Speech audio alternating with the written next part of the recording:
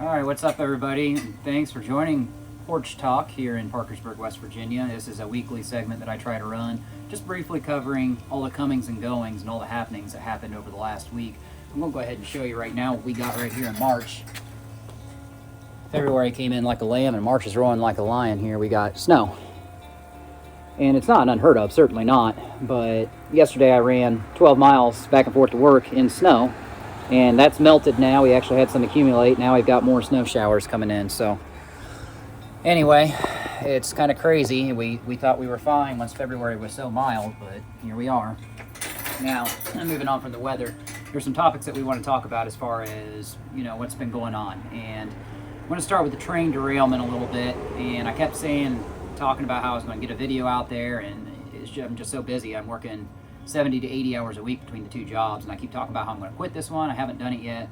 My other job, it's a little farther away, but I just love the people. I can't quite do it. So anyway, as far as the train derailments going on, so now an update in that, you got Pete Buttigieg, who is the senator, well, not senator, but he used to be, I think, the mayor of South Bend, Indiana, and that's the state that I'm from. I've never liked him, but he's now transportation director, and he's saying, oh, well, we're going to go ahead and fine people who fine these railroad companies for not having stricter measures. Well, that's just trying to make him look good. They're not really doing anything to stop it, and it's already been done. And not only has that wreck happened on Norfolk Southern, but we've got other train wrecks happening across the United States that some of them caught a little bit of headlines, but most of them really didn't. And now we've come to find out that everything that the people were scared of is really happening. And our source, one of our sources down in Florida, Kelly Roberts, she says that this is a mega-death event. Like mega-death. Like it's going to happen over a period of time. We're already starting to find that now, because now there are health problems. Now that your mainstream media is pulling away from the area in East Palestine, Ohio, a lot of people are getting nosebleeds that just aren't stopping. They're getting all kinds of health-related symptoms, such as headaches and stuff, and there are reports that up to 40,000 animals have died out there. Now you're getting some people that are saying, oh, my animals are fine, stop spreading the hate and the lies and all this stuff. Well, it's not. The truth is out there, and it's being reported.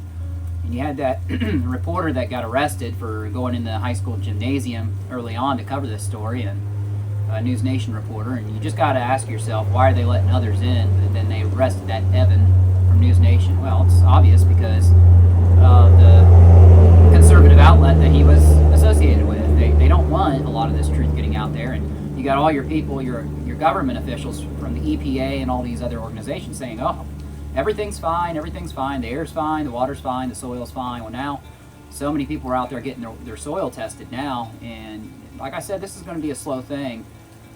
We're actually getting hail out here right now. You can kind of see it bouncing off the ground a little bit. I'll have to show you. Easy for me to get distracted. That's actually sleet. That's not hail.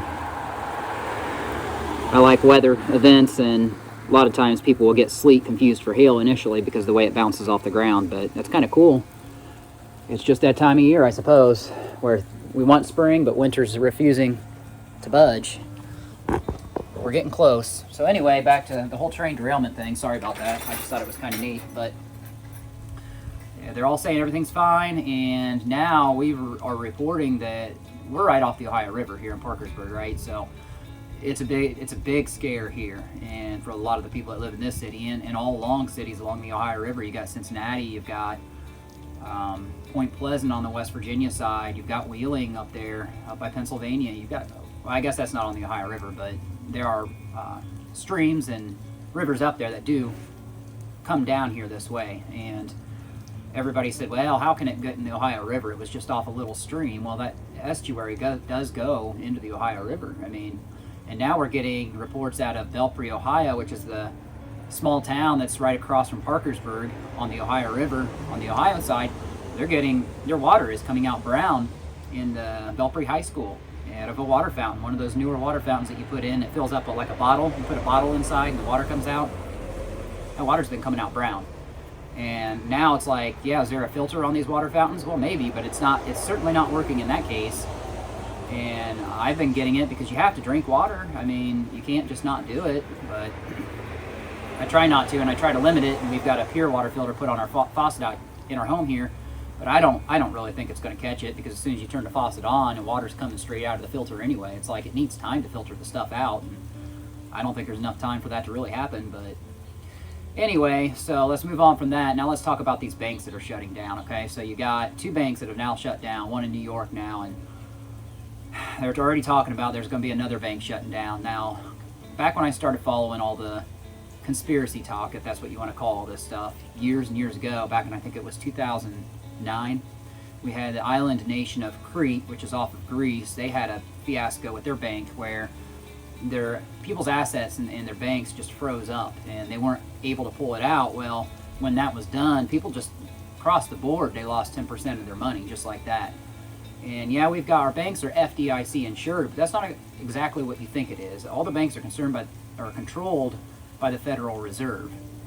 And when the Federal Reserve pulls the strings, you know, that's the decision maker. That's when your banks are collapsing and stuff. And, you know, we've already got the prices of food rising across the board. I mean, they're setting fire to our chicken farms, our meat processing plants. They're wrecking planes into some of these buildings. They're killing our poultry off with the VSD method, the ventilation shutdown method, saying they have coronavirus and all this stuff. And lo and behold, everything's going to go way up. Well, people are putting in at an unprecedented rate. They're putting in for food stamps, you know, and that's starting to, especially here in West Virginia, that's starting to get pulled back a little bit. So people are going to feel the pinch. And if you're not working 2 jobs like I currently am, and I'm over here complaining about the grind of how hard it is, people are going to be struggling, folks, and we're seeing it. Homelessness rates are going up to levels I don't know if I've seen in my lifetime. But what's the next bank that's going to collapse? I mean, what's going to happen is there's going to be riots. You already saw a riot in Atlanta right now a couple weeks back with that bank was breached or whatever, and it's getting crazy. I mean, I think New York is going to be the epicenter of the riots, and our riots are quite a bit worse than what's happening in Germany and France. In Germany, I showed a video of you guys here recently in the last couple weeks about how my former coworkers at the dining facility are going on strike on military posts because their wages are too low for the inflation that's happened since the pandemic. And people aren't just making wages competitive enough to fund for their lifestyle, so they're going on strike. And, you know, it's only going to get worse out there. It's only going to get worse in France. France, now you're seeing massive riots where they're attacking police and stuff because Social Security has been pulled back a little bit. So the living retirement wage has been raised, is what's going on out there in France. And people don't like it, and they're going on, you know, all these riots and stuff, and they're attacking police. I think it's going to be worse in New York. I've got one of my Army friends, he's up in New York as a police officer now that he got out the unit, and I kind of worry about him because I think things are going to get quite a bit worse out there. So there's a couple events going on there with the whole trains getting derailed all across the country. You got the banks shutting down, and then now you got these 15-minute cities that's being talked about right now. And if you do a Google search on that, it's going to make you believe you're a conspiracy theorist, and how anti-vaxxers are questioning these 15-minute cities. So what exactly is a 15-minute city? Well, it's exactly what it sounds like. It's a city where you have everything you need within a 15-minute walk. Not drive, walk. That's pretty congested. That's going to be a lot of people crammed in a tight little space, kind of like you see in Japan and India, where your populations are real dense. This kind of thing isn't new. It's gone on before. It happened in Poland during the whole Nazi regime thing out there, where the only way you could get they were called ghettos, Ghettos, and that's where the term ghetto comes today from. Part of your city that looks real slum and is infested with drugs, they call it the ghetto. We've got Ghetto Gomart up here on 16th Street, or 16th Avenue on North End, but your ghettos in Poland and other areas around there, you couldn't get out unless you had a pass. Well, the only way you get a pass, it was pretty hard to do, and you had to ask for permission, basically. And it's kind of like, I've been watching a lot of videos from this guy on YouTube called Cinema Shogun. Maybe you've heard of him, maybe you haven't. Check out his stuff. It's just type in Cinema Shogun, but he made a really good analogy of, it's like in elementary school, or really even high school, where you have to ask permission to use the bathroom. You got to raise your hand and say, hey, can I go to the bathroom, take a shit or piss? And he's right. That's exactly what it's like. These 15-minute cities, they're restricting your travel. It's what's really going on. And a lot of people who are older, they might kind of like this, even though it's a new in their life concept to where they don't have to travel. I mean, my parents, they don't want to travel. My dad's a homebody. I'm a homebody. I don't like to get out and drive. I got to head all the way back down to St. Pete to pick up all my stuff out of a storage locker yet. That's still sitting down there from months and months ago. So I don't want to do it, but you know, sometimes you just got to travel, but they're going to restrict that stuff. Basically, you have everything you need, you have no reason to travel, you have to ask for permission, and if we don't grant it, then you don't do it. And it's kind of like, back with the banks a little bit, it's like, look at how things have gone toward convenience, right? So, remember when the credit cards first came out, or your debit cards, I'm sorry. Well, I guess both, your credit cards and your debit cards, but really the debit cards with your banks. First, it was the magnetic strip, right? You would swipe your card through the reader, and then they said, well, wait a minute, we get to make the decisions for you. I don't think that a magnetic strip is quite convenient enough, because sometimes they don't work and whatever. And you guys remember that. I remember from working at fast food jobs when I was working at Rallies, you'd have to, people's cards often wouldn't work, and you'd have them sitting in drive-through, and you'd have to wrap the little ticket paper over the card and swipe it through, and sometimes it would work. Well, now they've made it to where, oh, well, we'll put a chip on your card. So now all you have to do is you just insert that chip, and that chip's going to read everything, and it's pretty well foolproof. And then you put the chip in the bottom of the card reader. Now we've got things with Apple Pay, and you don't even have to put the chip in the bottom of the card. You just wave your phone in front of it, and it's like, what's the next thing that's going to happen? Well, it's obviously going to be the chip in the forehead or the head, forehead or the four hands, whatever you want to call it, in the right hand. And they're just gradually, it's like a frog in boiling water. They're just drifting us along, and then we're just going to be. It's like we don't control anything. We're dependent on the system. And as long as we keep putting our money in the banks, we're giving them power to make our decisions for us. And all we are is nothing but test rats, lab rats. We're just playing the game, and we're not making the rules. Well, these people are making the rules for us. So you got all these 15-minute cities, and everything's geared toward convenience. Convenience, convenience, convenience. That's all it is. And if you can't wake up and see that, and at some point we've accepted convenience so much that there's a tipping point. There's a part where you get so far into it that you're like, wait a minute, I'm not even in control of my own decisions. I'm not even in control of my own money. I might not be able to pull my money out of the bank when I want it when these things collapse. You know, we've already got 2 banks recently collapsing in the past week or so. There's a third one coming up they're talking about. What if that's your bank? I mean, we've talked about for years not having too much money in the bank and trying to pull it out. And yeah, you run the risk of putting it under your mattress and somebody coming and stealing it all or whatever it is you're trying to do, but there's going to come a certain point where the American dollar is going to be devalued anyway. It already is. A lot of these places are leaning more on the yen and other national foreign currencies than they are the United States dollar, and it just continues to lose value. It has they've talked about that for decades.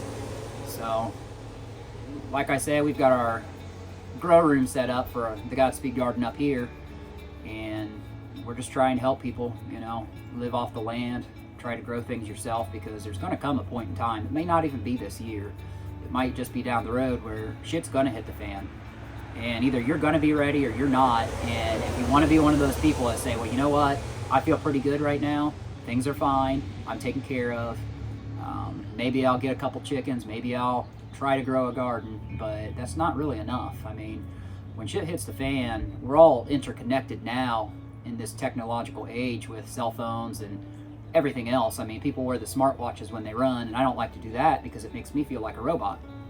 But when crap hits the fan, it's going to happen. It's going to spread like wildfire all over this country. The fear and panic's going to set in, and everybody's going to be scrambling.